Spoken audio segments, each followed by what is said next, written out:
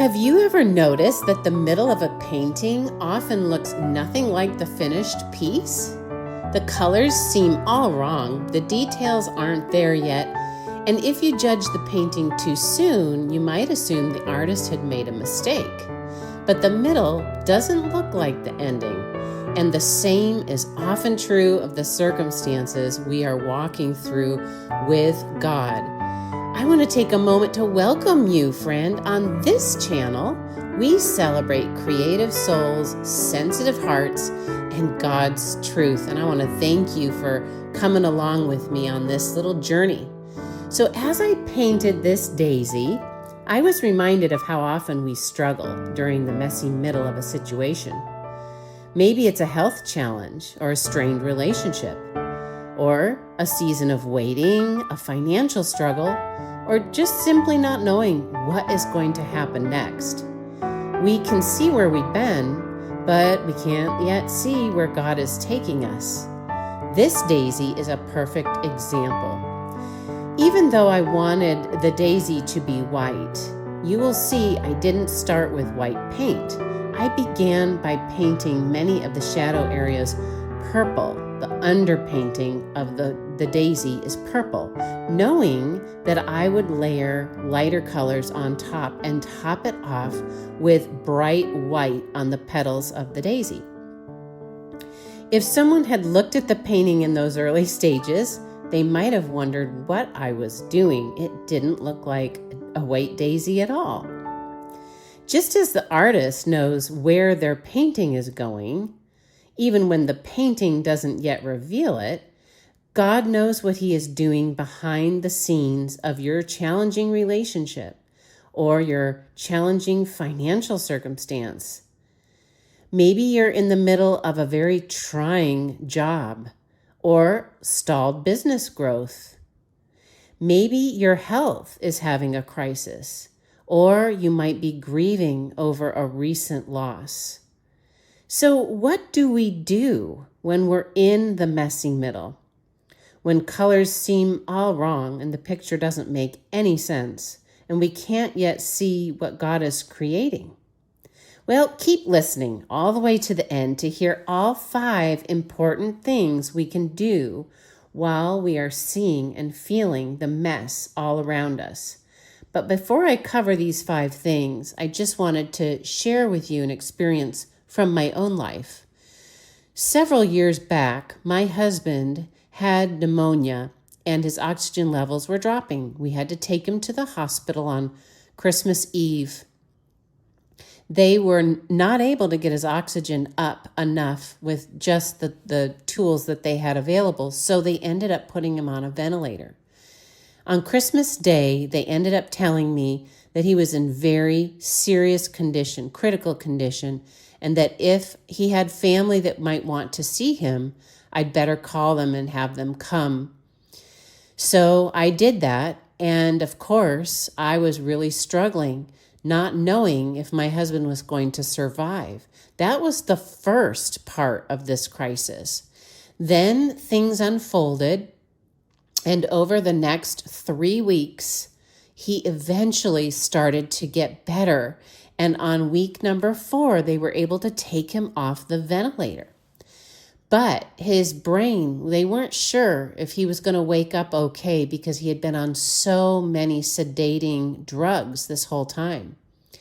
Again, I had to cling to God in that messy middle, waiting for my husband to fully come out of that sedated, very groggy, unable to understand or see or even really hear correctly. I wasn't done with the crisis at that point either. The next crisis that came up was the hospital was getting ready to release him.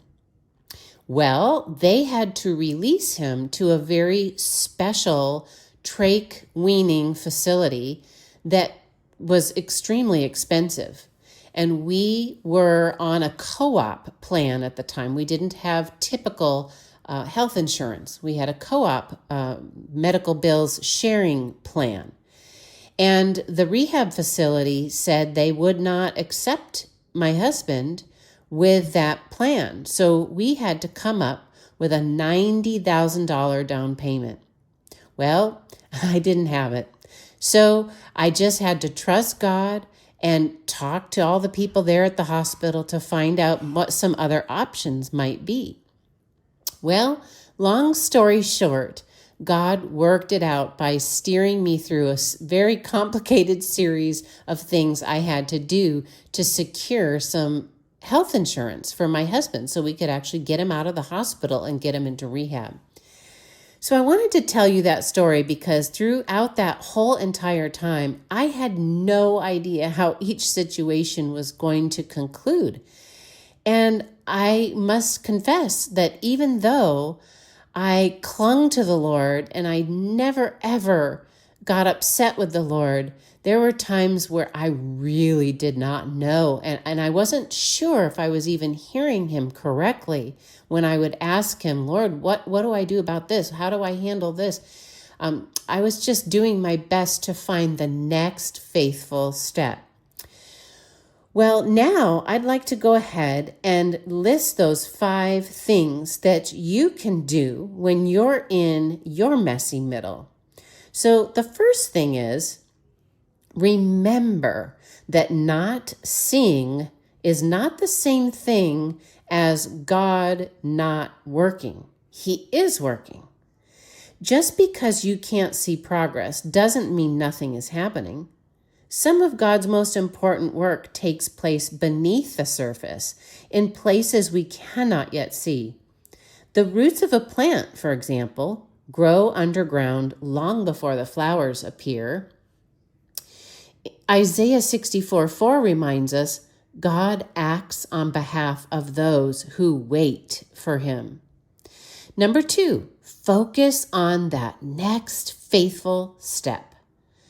When I'm painting, I don't complete the entire flower at once. I simply add the next layer or the next brushstroke, the next detail. In the same way, God often gives us enough light for the next step, not for the entire path.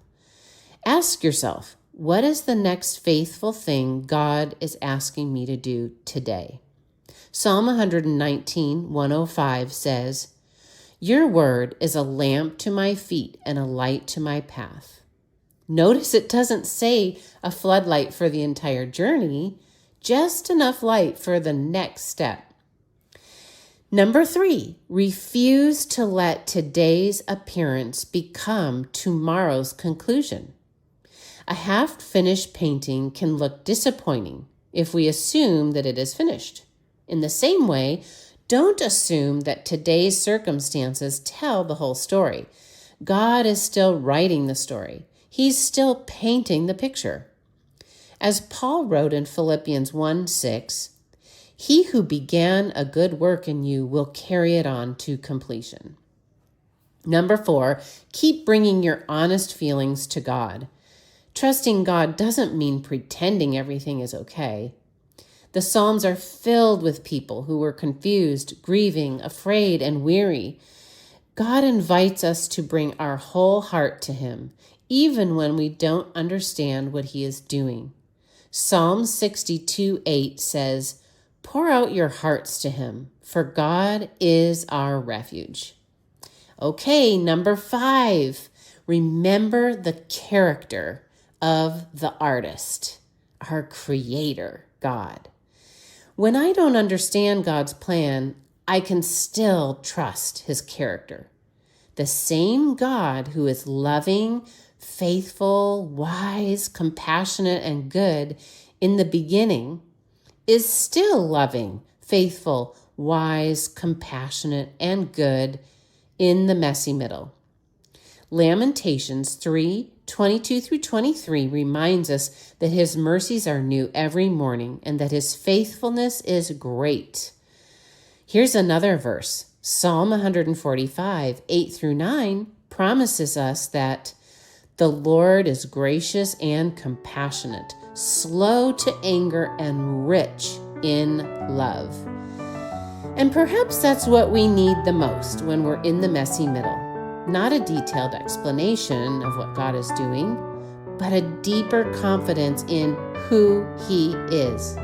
When we remember the character of the artist, we can trust him even when we can't yet see the finished painting.